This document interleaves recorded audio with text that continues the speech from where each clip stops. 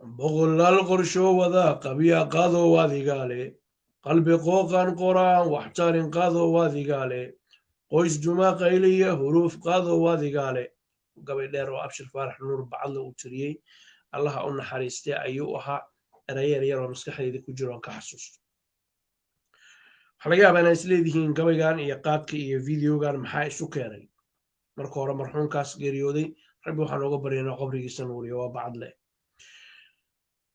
tan iyo intii dowladda soomaaliya ay joojisay diyaaradaha dalka kenya ka yimaada ee keena qaadka ayaa waxaa jirtay dadku inay qaadka siyaabo kale usoo gelin jireen dalka sidoo kale dadka soomaaliyeed ee nacab qaadka iyo cunitaankiisa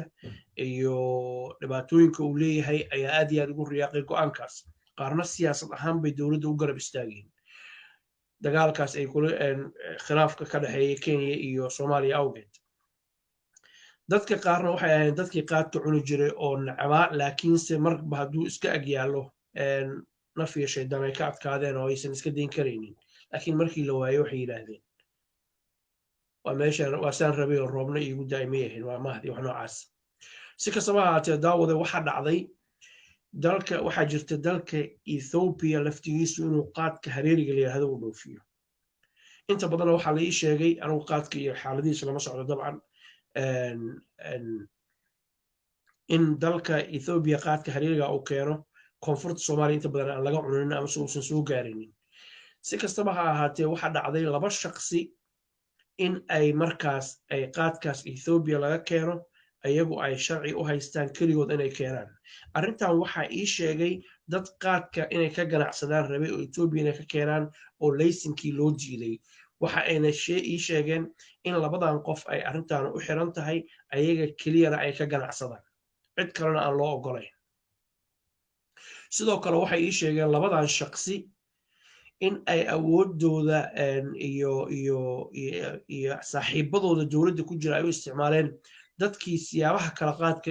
kenya looga keena dalka usoo gelin jiray xataa inay joojiyeen si ayaga keligood ay dhaqaalaha ugu badan ka sameeyaan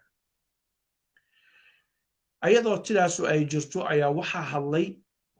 wasiirka maaliyadda mudane cabdiraxmaan beyle waxa uuna sheegay in cid walba qaadka ay ka ganacsan karto qaadka uu ka hadlayna waa kan hareeriga hadalka hoosta ka xariiqa ethoobiya laga keeno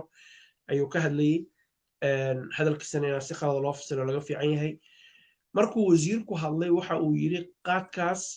ethoobiya laga keenayo qof kasta oo soomaaliya ayaa ka ganacsan kara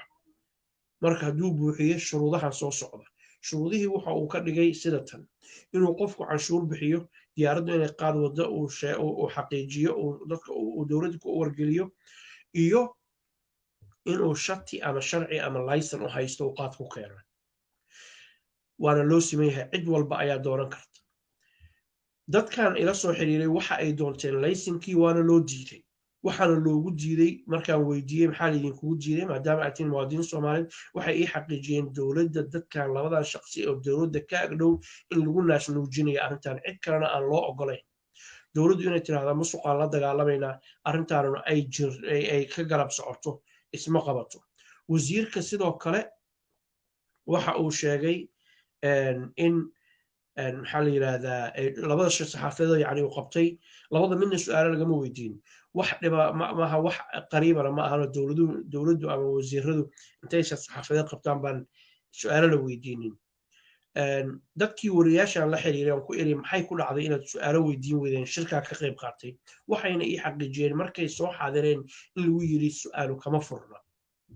laakiin su-aalaha aan jeclaan lahayn in la weydiiyo wasiirka waxay ahayd cidda kale ay qusaysaba yaa qaadka etoobiya keena meeqa qof baa keenta yay yihiin canshuur ma bixiyaan we need to know muwaadiniin soomaaliyeed baa nahay hadduu qofku si xalaala u ganacsanayo inuu canshuur bixiyana ogaanaan rabnaa haddii islaanta caanaha iibinaysa canshuur laga qaadayo oo koobkii kafeegaha la canshuurayo canshuurtuna waa waajib qaran waa inaan bixino waa daruuri canshuurta kama soo horjeedno laakiin dadkan inay canshuurta bixiyaan in kale in ogaano weye isgaar ahaan marka lagu tuhmay inay dowladda ka agdhow yihiin baaritaan dheer ayaanu wadnaa meesha ay ku dambaysana waanu ogaan doonaa haddii ilaah yidhaahdo wixii ka soo baxa iyo xaaladdu meeshay maraysana bulshada soomaaliyeed ayaanu la wadaagi doonaa in dad gaara lagu naasnuujinayo gaar ahaan labadan shaqsi oo la tilmaamay iyo inay arrintu cid walba u furan tahay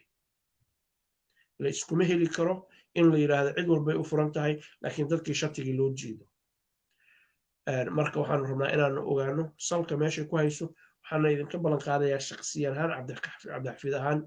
inay meeshii salka ku haysa aan soo ogaado dabadeedna bulshada aan la wadaago wixii ka dhab ah dadkii ila soo xiriiray oo ganacsiga inay ka ganacsadaan qaadka doonayay waa ku mahadsantihiin thank you very much